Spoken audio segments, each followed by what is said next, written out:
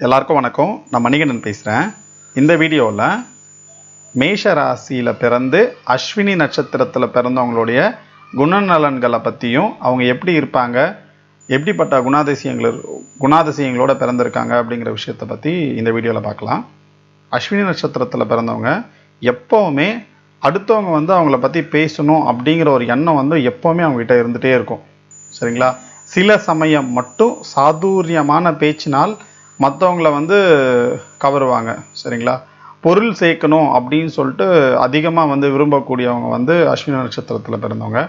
எதிர்காலத்திற்கான திட்டத்தை தெளிவாக போட்டிருப்பாங்க. முயற்சியில் வெற்றி அடையணும் அப்படிங்கிறதுக்காக கடுமையாக உழைக்கக்கூடியவங்க இந்த அஸ்வினி நட்சத்திரத்தில் பிறந்தவங்க. அதே போல் ஒரு விஷயத்தை முடிவு பண்ணிட்டாங்கன்னா அந்த விஷயத்தை முடிக்கிற வரைக்கும் முழு மூச்சோடு செயல்படுவாங்க. ஸோ இவங்களை நம்பி எந்த ஒரு காரியத்தையும் ஒப்படைக்கலாம் அப்படின்னு சொல்லலாம். சரிங்களா? அதே போல் செல்வந்தராகவும் புத்தி சாதுரியம் கொண்டவராகவும் இருப்பார்கள் இவர்கள். சரிங்களா?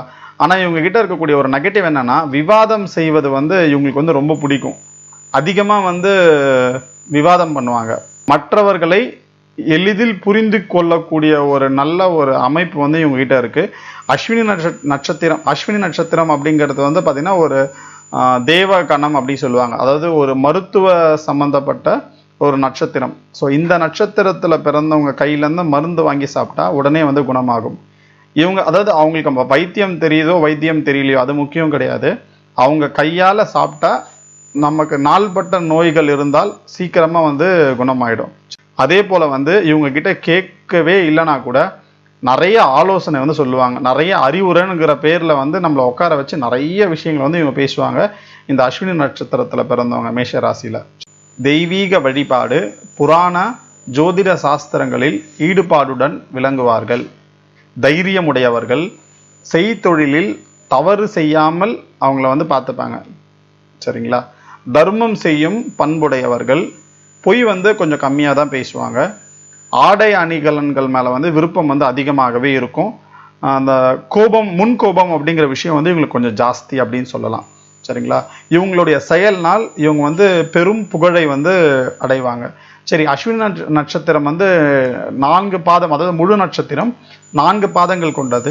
இதில் முதல் பாதத்தில் பிறந்தவங்க எப்படி இருப்பாங்க அப்படின்னு சொல்லிட்டு கேட்டிங்கன்னா, முதல் பாதத்தில் பிறந்தவங்கள், அதாவது அஸ்வினி நட்சத்திரம் முதல் பாதத்தில் பிறந்தவங்களுக்கு இந்த கோல் செய்கிற எண்ணம் இருக்கும். அதாவது ஒருத்தரை பற்றி இன்னொருத்தர்கிட்ட அப்படின்னு சொல்லிட்டு அந்த கோல் சொல்கிற எண்ணம் அவங்கக்கிட்ட இருக்கும். மனசஞ்சலம் உடையவர்களாக இருப்பாங்க. அந்நியர்களிடம் அன்பாக இருப்பாங்க. அஸ்வினி நட்சத்திரம் 2ஆம் பாதத்தில் பிறந்தவங்க பிறரின் மனோபாவங்களை அறிந்து அதற்கேற்றாற்போல் தன்னுடைய பேச்சுக்களை அவங்க கிட்ட வச்சுப்பாங்க. நல்ல அடக்க குணம் கொண்டவர், ஞானியை போல் பண்புகளை உடையவர். அஸ்வினி நட்சத்திரம் 3ஆம் பாதத்தில் பிறந்தவர்கள் கணித கலைகளில் விருப்பம் அதிகமாக இருக்கும். நல்ல புத்தி நுட்பத்துடன் இருப்பார்கள்.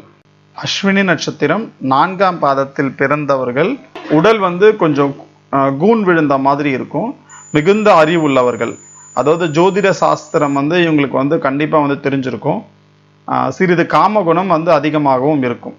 இந்த வீடியோ உங்களுக்கு பிடிச்சிருந்தா உங்கள் ஃப்ரெண்ட்ஸ் எல்லாத்துக்குமே ஷேர் பண்ணுங்கள். இந்த சேனலை சப்ஸ்கிரைப் பண்ணலன்னா மறக்காமல் சப்ஸ்கிரைப் பண்ணுங்கள்.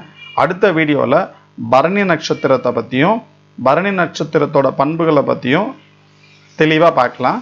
நன்றி, வணக்கம்.